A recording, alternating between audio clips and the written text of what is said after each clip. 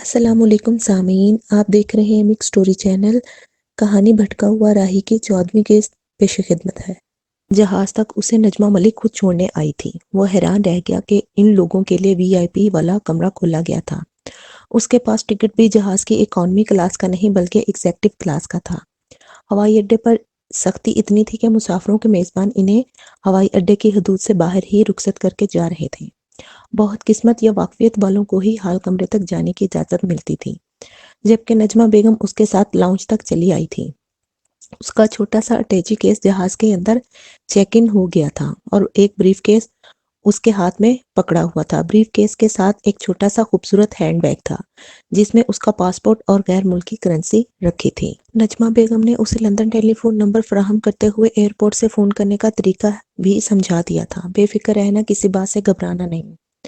میزبان تمہیں لینے کے لیے وہاں پہلے سے موجود ہے، نجمہ نے اسے سمجھایا۔ یہاں کسی نے اس کا سامان کھول کر دیکھنے کی ہمت نہیں کی تھی، بلکہ اب تک 2-3 مرتبہ مقامی عملہ ان سے کوئی خدمت دریافت کر چکا تھا۔ جہاز کی روانگی کا اعلان ہو رہا تھا جبکہ اچانک ہی نجمہ بیگم کے حکم نے اسے چونکا دیا۔ جہاز کنفرنٹ ایئرپورٹ پر رکے گا اور تمہیں ٹرانزیکٹ لاؤنج میں جانے کی اجازت ملے گی۔ جس ٹرمینل میں یہ پرواز رکے گی اس پر ایک ڈیوٹی فری شاپ موجود ہے۔ سب لوگ وہاں جائیں گے، تم بھی جاؤ گے۔ وہاں ایک دوست تمہاری تصاویر کے ساتھ تمہارا منتظر ہوگا۔ فون پر تمہاری بات بھی مجھ سے کروائیں گے۔ یہ بریف کیس اس دکان پر چھوڑ دینا، وہاں بائینا ہی دوسرا بریف کیس تمہیں مل جائے گا۔ جاؤ، شاباش، گڈ بائے، اپنا خیال رکھنا۔ یہ سب کچھ اتنی تیزی سے ہوا تھا کہ وہ چکرا کر ہی رہ گئے۔ مسافر قطار میں جہاز کی طرف آ رہے تھے اور نجمہ بیگم نے عین آخری لمحات میں اس پر پہاڑ گرا دیا تھا۔ یہ سب کچھ اتنی تیزی سے ہوا کہ ارسلان کو کچھ کہنے سننے کی مہلت بھی نہ مل سکی۔ وہ اس پوزیشن میں بھی نہیں تھا کہ یہاں بریف کیس کھول کر دیکھ سکتا۔ اگر اس میں کوئی خطرناک شے موجود ہے تو اسے باقی سارا بندوبست خود کرنا تھا۔ اب ارسلان کو یاد آ گیا کہ نجمہ بیگم کا بہاول خان سے کیا تعلق ہو سکتا ہے۔ دھڑکتے دل کے ساتھ وہ مسافروں کی قطار میں لگ گیا۔ فرسٹ کلاس کی قطار بہت مختصر تھی۔ اسے ایک شاندار اور آرام دہ کوچ نے بمشکل 3 منٹ میں جہاز پر پہنچا دیا۔ جہاز کی اس اعلیٰ کلاس کے دروازے پر ایک نازک اندام ایئر ہوسٹس نے اپنے پورے چہرے پر مسکراہٹ بکھیر کر اسے خوش آمدید کہا اور اس کے بورڈنگ کارڈ کا سیٹ نمبر پڑھ کر اس کو بڑے احترام سے متعلقہ سیٹ پر بٹھا دیا۔ اسے کھڑکی کی طرف سیٹ ملی تھی اور ساتھ والی سیٹ خالی تھی۔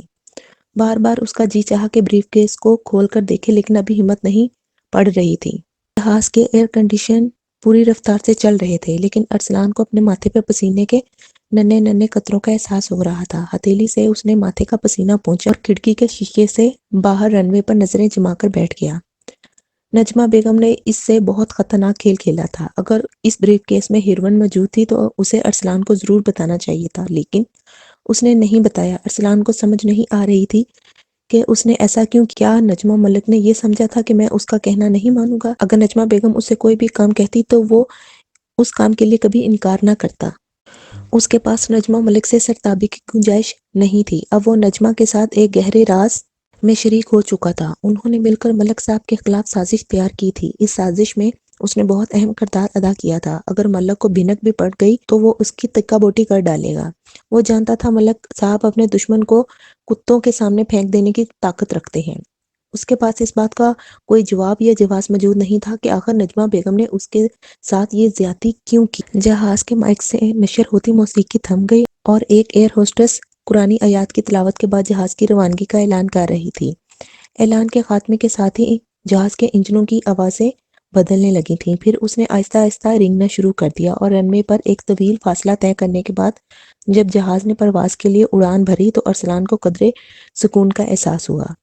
اب وہ اس لمحے کا منتظر تھا جب انہیں سیٹ بیلٹ کھولنے کی اجازت ملتی اور وہ کسی کام کے بہانے بریف کیس کھول کر اس کے اندر موجود چیزوں کا جائزہ لیتا، کیونکہ اس کے سامنے تو نجمہ بیگم نے اس میں 2-3 فائلیں ہی رکھی اور اسے بتایا تھا کہ کوئی مسٹر مارٹن جو اسے ایئرپورٹ پر لینے آئے گا، یہ فائلیں اسے دینی ہیں۔ اس نے خود بریف کیس کی تلاشی لینا مناسب نہیں سمجھا تھا۔ جہاز کے مخصوص بلندی پر پہنچنے کے بعد سیدھا ہوتے ہی ایئر ہوسٹس دانت نکالتی اس کی طرف لپکی۔ اس نے ایک ٹرے میں رکھے گرم تولیے کو سٹیل کے چمچے سے اٹھا کر اس کے ہاتھ میں تھما دیا۔ ارسلان نے تولیے کو کھول کر 2-3 مرتبہ سہلایا اور قدرے نارمل ہونے پر اسے منہ پر پھیر لیا۔ اس عمل سے اسے خاصا سکون میسر آیا۔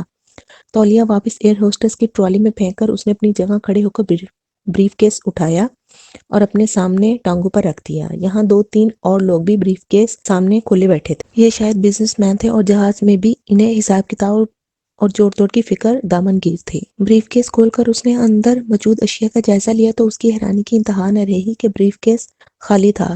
اس میں وہی 2-3 فائلیں تھیں۔ ارسلان نے اچھی طرح ٹھونک بجا کر بریف کیس کو دیکھ لیا، لیکن اس میں کوئی خفیہ خانہ بھی نہیں تھا۔ کیا مذاق ہے یہ، اس نے سوچا۔ اسے کچھ سمجھ نہیں آ رہی تھی کہ آخر نجمہ ملک کیا کرنے جا رہی ہے۔ بریف کیس کی ایک فائل کی وہ بے مقصد ورق گردانی کرتا رہا۔ اس پر کسی کمپنی کا حساب کتاب درج تھا۔ پھر اس نے بریف کیس کو دوبارہ بند کر کے وہیں رکھ دیا۔ بہت عجیب اور پرسرار عورت سے اس کا واسطہ پڑا تھا۔ یہ عورت اپنی مسکراہٹ کی طرح گہری تھی، چپ چاپ کسی کے بھی اندر اتر جانے والی۔ فرینکفرٹ تک ایئر ہوسٹس نے خدمت کر کے اس کے ناک میں دم کر دیا تھا۔ بامشکل آدھ گھنٹہ ہی وہ خالی بیٹھا تھا جب کوئی نہ کوئی کھانے پینے کی شے اس کے سامنے لا کر رکھ دی جاتی۔ مسافروں نے رن وے پر جہاز اترتے ہی جہاز سے باہر آنے کی تیاریاں شروع کر دی تھیں۔ مسلسل 7-8 گھنٹے کی پرواز نے انہیں تھکا دیا تھا۔ ارسلان نے جہاز کے رکنے پر اپنی بیلٹ کھولی اور بریف کے ہاتھ میں پکڑ کر دوسرے مسافروں کے تعاقب میں اس سرنگ نما ٹیوب سے گزرنے لگا جس کے خاتمے پر انہیں ٹرانزیکٹ لاؤنج میں پہنچنا تھا۔ ٹرانزیکٹ کارڈ ہاتھ میں تھامے وہ اب لاؤنج میں پہنچ چکا تھا۔ جس ڈیوٹی فری شاپ کے متعلق اسے نجمہ بیگم نے مطلع کیا تھا وہ اس لاؤنج سے تھوڑی ہی دور تھا۔ اس نے جہاز کے قریب سبھی مسافروں کو اسی دکان کا رخ کرتے دیکھا۔ مسافروں کے ساتھ وہ بھی اس دکان پر پہنچ گیا۔ ہونکوں کی طرح منہ اٹھائے وہ دکان کے ایک شوکیس کی طرف دیکھ رہا تھا جب اسے اپنے کندھے پر کسی ہاتھ کا ہلکا سا دباؤ محسوس ہوا۔ ارسلان کے جسم کو جیسے یکدم جھٹکا لگا۔ جب اس نے گردن گھما کر دیکھا تو اس کے سامنے بہاول خان کھڑا تھا۔ بہاول خان اس وقت اتنا معزز شخص نظر آ رہا تھا کہ خود ارسلان کو بھی اپنی آنکھوں پر یقین نہ رہا۔ اس نے واقعی 2-3 بار آنکھوں کو جھپکا کر بہاول خان کی طرف دیکھا۔ اس حلیے میں تو شاید اس کے اپنے ملک کی پولیس بھی نہ پہچان سکتی۔ ارسلان صاحب، اس نے اپنا ہاتھ ارسلان کی طرف بڑھایا۔ سلیم نام ہے میرا۔ جی۔ ارسلان نے اپنے ہونٹوں پر زبان پھیری۔ مسز ملک آپ سے فون پر بات کریں گی، ادھر تشریف لے آئیں۔ اس نے بہت شریفانہ لہجے میں انگریزی زبان میں ارسلان کو مخاطب کیا۔ دونوں اس دکان کے ایک کونے میں کاؤنٹر کے نزدیک چلے گئے۔ یہ لوگ شاید سلیم کے دیرینہ آشنا تھے۔ کاؤنٹر پر کھڑی لڑکی نے مسکراتے ہوئے ارسلان کا خیر مقدم کیا۔ سلیم نے لڑکی کے سامنے رکھا فون اٹھایا اور اس پر نمبر دبانے لگا۔ محض چند سیکنڈ میں دوسری طرف نجمہ بیگم لائن پر موجود تھی۔ ارسلان کیسے ہو؟ سفر کیسا رہا؟ کوئی تکلیف تو نہیں ہوئی؟ اس نے ایک ہی سانس میں کتنے سوال پوچھ لیے۔ جی نہیں شکریہ، بہت اچھا۔ ارسلان کو سمجھ نہیں آ رہی تھی کہ کیا کہے اور کیسے کہے۔ بھائی میں معافی چاہتی ہوں تمہیں عین آخری لمحات میں پریشان کیا۔ تم نے یقیناً اطمینان کر لیا ہوگا کہ خطرے والی کوئی بات نہیں تھی۔ تم اسے میری طرف سے مذاق ہی سمجھ لو۔ بھائی اگر ہم اچھے دوست ہیں، میں تم سے مذاق کا حق تو رکھتی ہوں نا۔ مسز نجمہ ملک کا کہکا دوسری طرف گونجا اور ارسلان کے تنے ہوئے اعصاب ڈھیلے پڑ گئے۔ تم سلیم صاحب کو جانتے ہو، لیکن یہ تمہارے لیے سلیم صاحب ہی ہیں، باقی سب کچھ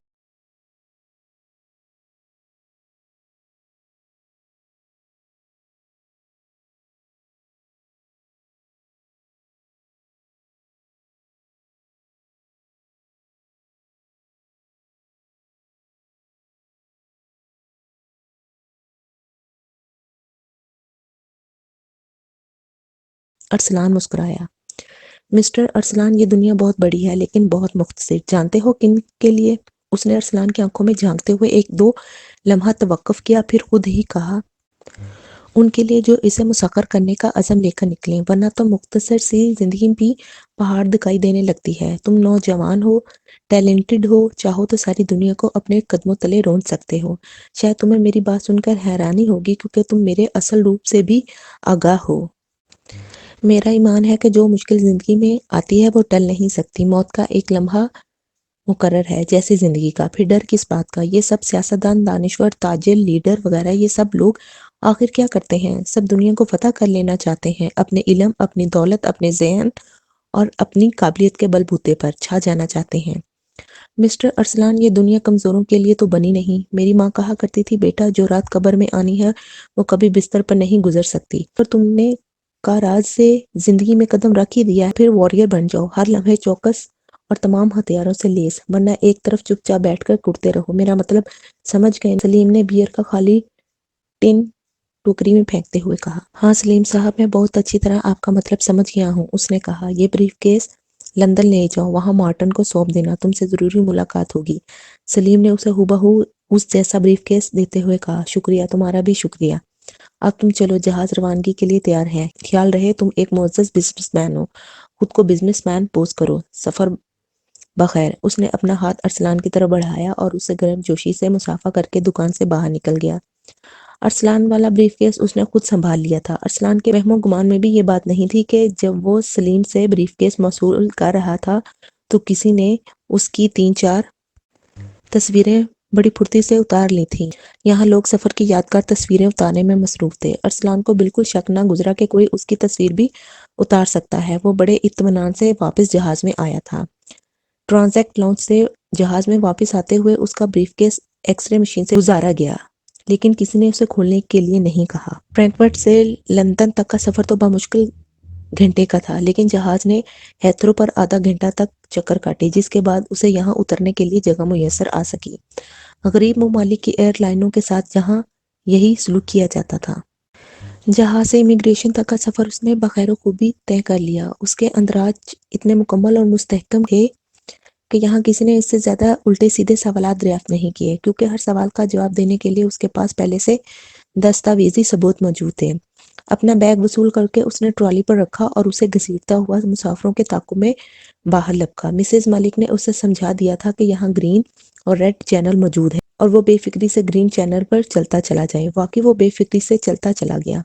راستے میں کھڑے کسٹم اور انٹیلیجنس کے لوگوں نے حسب روایت اس کے چہرے پر نظریں جما کر اس کی ذہنی کیفیت کا اندازہ لگانا چاہا، پھر مطمئن ہو کر نظریں ہٹا لیں۔ لاؤنج سے باہر مسافروں کے استقبال کو ان کے میزبان موجود تھے۔ میزبانوں کی بھیڑ اس کی نظر ایک خوبصورت دوشیزہ پر جم کر رہ گئی، جس نے اس کا نام ایک کارڈ پر لکھ کر اسے دونوں ہاتھوں سے اونچا اٹھا رکھا تھا۔ لوہے کے ٹکڑے کی طرح وہ اس مقناطیس کی طرف کھینچتا چلا گیا۔ لڑکی نے بھی اس کی شکل پر نظر پڑتے ہی کارڈ نیچے جھکا کر اپنا ہاتھ اس کی طرف بڑھا دیا۔ کیرن، اس نے اپنا تعارف کراتے ہوئے کہا، سفر کیسا رہا؟ مسٹر مارٹن آپ کے منتظر ہیں۔ مقامی روایات کے مطابق اس نے لگے بندے فقرے بول دیے۔ لڑکیاں تو ارسلان نے اپنے ملک میں بھی دیکھی تھی، لیکن یہاں کی تو بات ہی اور تھی۔ اسے یوں لگا جیسے وہ کسی خواب جزیرے پر اتر آیا ہے۔ اس کے چاروں طرف ادننگے جسم کی عورتیں رواں دواں تھیں۔ ان کے جسموں سے اٹھنے والی خوشبوؤں نے ارسلان کا بھیجا گما دیا تھا۔ کیرن، جو اس کی رہنمائی کرتی اس کے آگے آگے چل رہی تھی، اس کا جسم ایک ایک قدم 100 بل کھاتا تھا، اور کیرن کا ہر قدم ارسلان کو اپنے سینے پر دھرا محسوس ہوتا۔ دنیا و مافیا سے بے خبر عورتیں اور مرد مشینوں کی طرح ایک دوسرے کے آگے پیچھے دوڑ رہے تھے۔ اس بھاگ دوڑ میں ایک تنظیم تھی، ایک ترتیب تھی، اور سب سے بڑھ کر اعتماد تھا۔ وہ اعتماد جو انہیں نسل در نسل منتقل ہو رہا تھا اور جس میں نخوت کا عنصر نمایاں تھا۔ یہ لوگ خود کو رنگدار نسل کے باشندے سے عرفہ خیال کرتے تھے۔ نہ جانے انہوں نے تیسری دنیا کے لوگوں کو برابر جگہ کیوں نہیں دی تھی۔ ایسی بات نہیں تھی کہ انہیں مسائل درپیش نہیں تھے۔ تیسری دنیا کے لوگوں کی طرح انہیں بھی گو نہ گو مسائل کا شکار تھے، لیکن انہوں نے قدیم مسائل کا جدید حل تلاش کیا تھا اور اس جدید حل سے جنم لینے والے مسائل سے بھی نمٹ رہے تھے۔ یہی چیز انہیں تیسری دنیا سے ممتاز کرتی تھی کہ انہوں نے مسائل کے سامنے ہتھیار ڈالنا نہیں بلکہ ان کا حقیقت پسندی سے جائزہ لے کر حل تلاش کرنا سیکھا تھا۔ ٹرمینل نمبر 3 کی لفٹ میں کھڑے ہو کر دونوں اوپر پارکنگ تک آئے۔ کیرن نے اس کا سامان ڈگی میں رکھا اور اسے کار میں اپنے ساتھ بٹھا لیا۔ کار لندن کی سڑکوں پر پھسل رہی تھی۔ اپنے ملک میں وہ گرمی چھوڑ کر آیا تھا، یہاں اس کی کلفی جم رہی تھی۔ سنگل کوٹ میں وہ ٹھنڈک محسوس کر رہا تھا۔ لفٹ سے باہر قدم رکھتے ہی ہوا کے سرد تھپیڑوں نے اس کو خوش آمدید کہا تو اسے اپنی غلطی کا احساس ہوا کہ مسز ملک کی ہدایت کے مطابق اس نے ڈبل کوٹ کیوں نہیں پہنا جو اس کے سامان میں موجود تھا۔ کار کے ہیٹر پوری رفتار سے چل رہے تھے اور تھوڑی دیر بعد خنکی کا معمولی احساس بھی دم توڑنے لگا۔ اس نے ماحول کی واقفیت کا مکمل ادراک کر لیا۔ کار چلاتے ہوئے کیرن اسے بتاتی جا رہی تھی کہ وہ کن کن سڑکوں سے گزر رہے ہیں۔ اس کی قربت نے ارسلان پر مدہوشی طاری کر دی تھی۔ اس کے بات کرنے کا انداز، اعتماد اور بے حجابی کسی بھی ایشین نوجوان کو ذہنی طور پر اب نارمل کرنے کے لیے کافی تھی۔ اب وہ موٹر وے پر چلے آئے تھے۔ لندن کے موٹر وے پر 90 میل کی رفتار سے چلتی کار میں بیٹھے ہوئے ارسلان ہونکوں کی طرح دائیں بائیں ان سینکڑوں کاروں کو دیکھ رہا تھا جو اپنی منزل کی طرف رواں دواں تھیں۔ ایک سروس کے سامنے وہ رک گئی۔ کچھ کھا پی لیجیے، کیرن نے کار پارکنگ میں کھڑے کرتے ہوئے کہا۔ شاید سردی محسوس ہو رہی ہے۔ اس مرتبہ کچھ زیادہ ہی سردی پڑ رہی ہے لندن میں۔ اپریل میں موسم عموماً اچھا ہو جاتا ہے۔ کیرن نے یہ کہتے ہوئے اس کا ہاتھ بے تکلفی سے تھام لیا۔ ارسلان کو جھٹکا سا لگا لیکن وہ سنبھل گیا۔ واقعی میری تو کلفی جم گئی ہے، اس نے کیرن سے کہا۔ دونوں سروس میں چلے آئے جہاں باتھ روم تک کیرن نے اس کی رہنمائی کی تھی۔ اب دونوں ایک میز پر آمنے سامنے بیٹھے تھے۔ اندر ماحول خاصا گرم تھا۔ ارسلان نے اندازہ لگایا کہ یہاں سردی صرف سڑکوں پر ہوتی ہے یا پھر کھلی فضا میں، باقی تو ہر جگہ ٹیمپریچر نارمل رکھا جاتا ہے۔ کیرن اس کی چوائس دریافت کر کے اسے وہیں بیٹھنے کا اشارہ کر کے خود اٹھ کر کاؤنٹر کی طرف چلی گئی۔ یہاں سیلف سروس تھی جس کا علم ارسلان کو نہیں تھا۔ تھوڑی دیر بعد وہ ٹرے ہاتھوں میں پکڑے وہاں آ گئی۔ ایک ٹرے اس نے اپنے اور دوسری ارسلان کے سامنے رکھ دی۔ یہاں کے ماحول اور لوگوں کی طرح چیزوں کا ذائقہ بھی اس کے لیے اجنبی تھا۔ ہر شے نفاست کا شکار تھی لیکن فی الوقت اس کے لیے بد ذائقہ۔ جیسے تیسے اس نے ابلی ہوئی سبزیاں حلق سے اتاری اور فوم کے کپ میں پڑی کافی کو گھونٹ گھونٹ کر کے پی لیا۔ کیرن کو اپنے مہمان کی ذہنی کیفیت کا اندازہ ہو گیا تھا۔ یہ بات اس کے فرائض میں شامل تھی کہ وہ مہمان کی ہر ممکن دلجوئی کرے۔ اس کا باس اسے تنخواہ اس بات کی دیتا تھا کہ وہ اپنے مہمانوں کے لیے وہ سب کچھ کر گزرے جس کا ارسلان کے ملک میں تصور بھی نہیں کیا جاتا۔ کیرن نے آہستہ آہستہ اسے بے تکلف کر لیا تھا۔ وہ ارسلان سے سفر، اس کے ملک اور وہاں کے لوگوں کی باتیں کرتی رہی۔ پھر اس نے یہاں کی باتیں شروع کر دیں۔ اس دوران اس نے اپنی پیشہ ورانہ صلاحیت کا مظاہرہ کرتے ہوئے ارسلان کو ذہنی طور پر خاصا نارمل کر دیا تھا۔ ان کے نزدیک بیٹھے لوگ ایک دوسرے سے چپکے ماحول سے بے نیاز اپنے کام میں مصروف تھے۔ کیرن اٹھ کھڑی ہوئی۔ اس نے دوبارہ ہنستے ہوئے ارسلان کا ہاتھ پکڑ کر اسے قریباً اپنی طرف کھینچا۔ سروس کے دروازے سے باہر نکلتے ہی اس نے بے تکلفی سے مقامی روایات کے مطابق اپنا ہاتھ ارسلان کمر پر رکھ دیا، جبکہ ارسلان کا ہاتھ میکانکی عمل کے تحت اس کے کندھے پر چلا گیا۔ سروس کے دروازے سے پارکنگ تک کا 100-150 گز کا فاصلہ ارسلان نے عالم مدہوشی میں طے کیا۔ اس ماحول نے اس پر سحر طاری کر دیا تھا۔ لیوٹن تک کیرن نے اسے اتنا بے تکلف کر دیا کہ جب وہ مطلوبہ مقام پر پہنچے جہاں مسٹر مارٹن اس کا منتظر تھا تو وہ آپس میں خاصے فری ہو چکے تھے۔ کار سے اترنے کے بعد ارسلان نے خود آگے بڑھ کر کیرن سے لپٹتے ہوئے مقامی انداز میں اس کا شکریہ ادا کیا تھا۔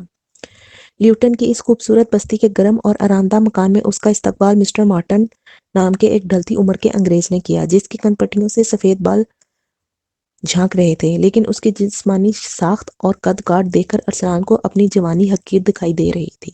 مارٹن نے اپنے بال کالے کرنے کی فکر نہیں کی تھی، لیکن اس کو دیکھ کر کوئی بھی اس کی جاذب نظر شخصیت کو نظر انداز نہیں کر سکتا تھا۔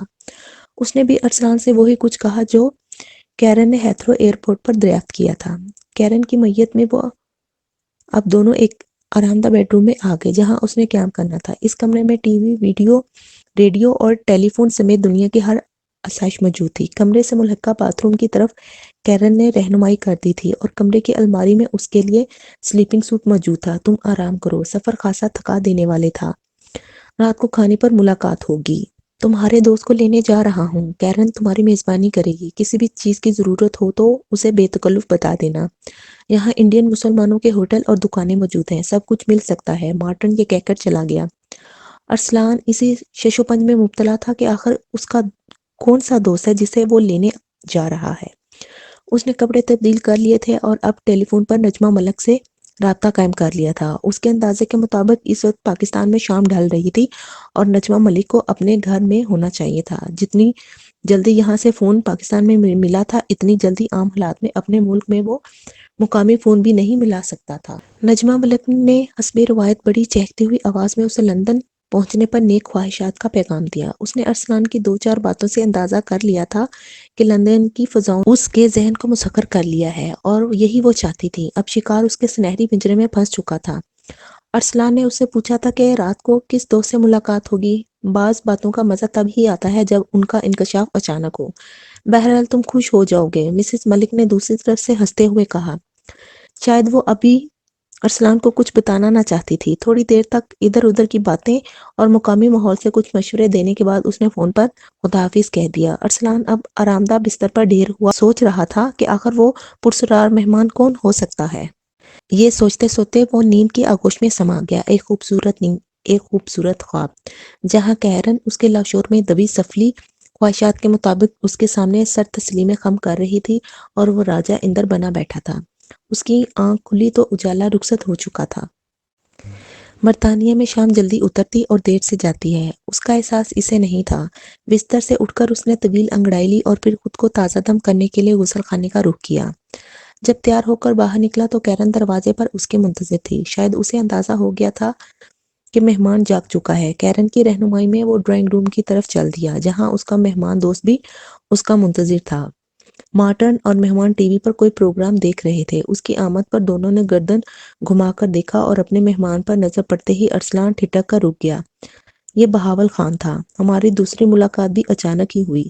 سفر کیسا گزرا؟ اس نے ارسلان کے چہرے کی بدلتی رنگت سے لطف اندوز ہوتے ہوئے کہا۔ جی بہت اچھا، بیٹھو، گھبراؤ نہیں، یہاں میں صرف سلیم ہوں، ایک عام سا تاجر، اور یہی میری شناخت ہے۔ نجمہ کی خواہش تھی کہ تم بڑے آدمی بنو، اور تم جانتے ہو کہ بڑا آدمی بننے کے لیے کیا کیا پاپڑ بیلنے پڑتے ہیں۔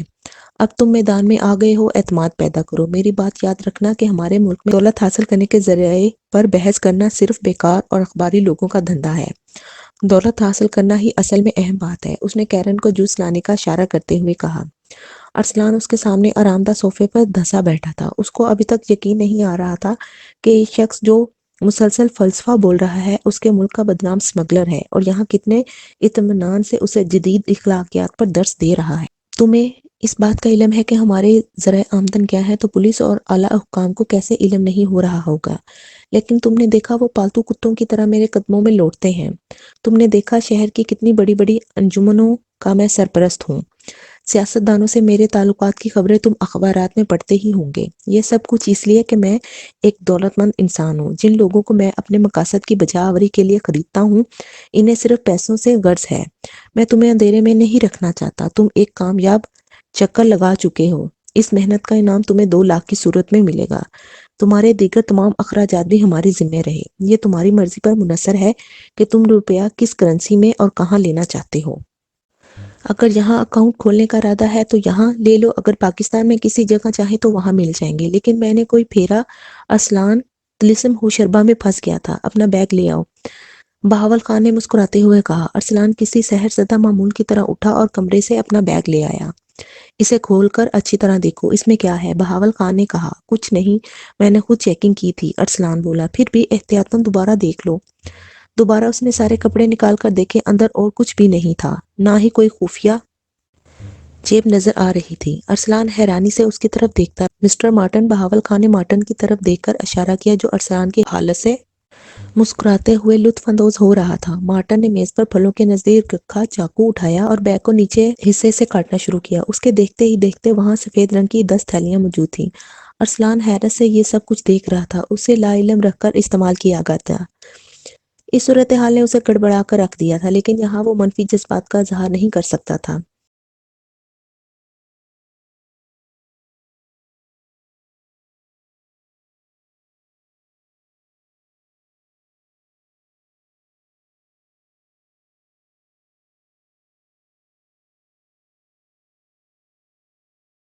تو تمہیں خود بہت سی باتوں کا علم ہو جائے گا۔ جہاں تک خطرے والی بات کا تعلق ہے، تو تم جانو کہ خطرات کب زندگی کا حصہ نہیں رہے۔ یہ بھی تو ممکن ہے کہ ابھی کوئی جہاز ہمارے سر پر آ گزرے اور ہم مر جائیں۔ بہاول خان کا بات کرنے کا انداز ایسا تھا کہ بات ارسلان کو اپنے دل پر اترتی محسوس ہو رہی تھی۔ اس نے اس تھوڑے عرصے میں مغربی زندگی کے ایسے ایسے کمالات کا نظارہ کر لیا تھا کہ اب اس کا دل نہ کرنے کو نہیں چاہتا تھا۔ اس بات میں کوئی شک بھی نہیں کہ وہاں اپنے ملک میں بھی اس کی زندگی اتنی ہی غیر محفوظ تھی جتنی آج یہاں ہے۔ وہاں بھی جانے کس لمحے کس سمت سے اندھی گولی آئے اور اس کی سانسوں کا تانا بانا بکھیر کر رکھ دے۔ میں یہاں اپنا اکاؤنٹ کھولنا چاہتا ہوں، اس نے کچھ سوچتے ہوئے بہاول خان سے کہا۔ ویل ڈن، سمجھدار آدمی ہو، آگے نکل لو گے۔ اس نے مسکراتے ہوئے ارسلان کی پیٹھ پر تھپکی دی۔ کیرن نے 2-3 مرتبہ جوس تیار کر کے ان کے سامنے رکھا تھا، اور اب وہ اگلے حکم کی منتظر کھڑی تھی۔ یہاں راتیں دن کی طرح جاگتی ہیں، جاؤ اور زندگی کے مزے لوٹو۔ اب شاید ہماری ملاقات دیر بعد ہو یا بہت جلدی، لیکن ایک بات اپنے ذہن سے کبھی نہ اتارنا کہ ہم دونوں آپس میں کبھی نہیں ملے۔ اگر کبھی اپنے ملک کی کسی محفل میں ہمارا آمنا سامنا ہو جائے تو ہم دونوں اتنے ہی اجنبی ہوں گے جتنے اب سے چند روز پہلے تک۔ جتنے دن چاہو موج میلا کرو۔ اس کے بعد کیرن تمہاری میزبان ہے، میں اب چلتا ہوں۔ تمہارا اکاؤنٹ بھی کیرن صبح کھلوا دے گی۔ برطانیہ کے خوبصورت علاقوں کی سیر کرو، یہاں کے نظام کو سمجھنے کی کوشش کرو۔ خدا حافظ۔ اس نے اچانک کھڑے ہو کر اس سے گرم جوشی سے ہاتھ ملایا اور اس کے لیے نیک تمناؤں کا اظہار کر کے کمرے سے باہر نکل گیا۔ مارٹن اس کے تعاقب میں ارسلان سے ہاتھ ملا کر دوبارہ ملاقات کی خواہش کر کے باہر نکلا اور پھر دونوں کار میں بیٹھ کر نامعلوم منزل کی طرف چل دیے۔ کیرن اسے دوسری کار میں باہر لے آئی۔ گھر کی چابیاں اس کے پاس تھیں اور وہ ارسلان کو لندن دکھانے لے جا رہی تھی۔ شاید اس کی تنخواہ ہی میزبانوں کا دل بہلانے کی ملتی تھی۔ کار اس نے ایک پب شراب خانے کے سامنے روکی اور دونوں اندر داخل ہو گئے۔ نشے میں مدہوش عورتیں اور مرد دنیا و مافیا سے بے نیاز شغلے میں نوشی میں مصروف تھے۔ کسی نے ان کی طرف آنکھ اٹھا کر بھی نہیں دیکھا۔ یہاں مختلف قسم کی شرابوں کا سمندر بہہ رہا تھا۔ ارسلان کے کہنے پر کیرن نے ہی اس کے لیے جام منتخب کیا اور صرف ایک ایک جام اپنے حلق میں اڈیل کر وہ باہر چلے آئے۔ شراب خانے سے ایک انڈین ریسٹورنٹ تک کیرن نے اس کے ساتھ چپک کر سفر کیا۔ وہ جتنی ہوشیاری سے کار چلا رہی تھی اس سے زیادہ ہوشیاری سے اپنے سوار کو بھی کنٹرول کر رہی تھی۔ اس نے فی الوقت اعتدال کی پالیسی اپنائی ہوئی تھی اور ارسلان اپنے ہوش و حواس میں اس کا ہم سفر تھا۔ انڈین ہوٹل پر انہوں نے کھانا کھایا اور اب وہ ارسلان کو ایک ڈسکو کی طرف اڑائے لے جا رہی تھی۔ آج ویکنڈ تھا اور ڈسکو میں تل دھرنے کی جگہ نہیں تھی۔ حال کمرے میں گھستے ہی شراب اور سگریٹوں کے دھوئیں نے ان کا استقبال کیا۔ ارسلان کے دل کی دھڑکنیں اس ماحول میں تیز ہونے لگی تھیں۔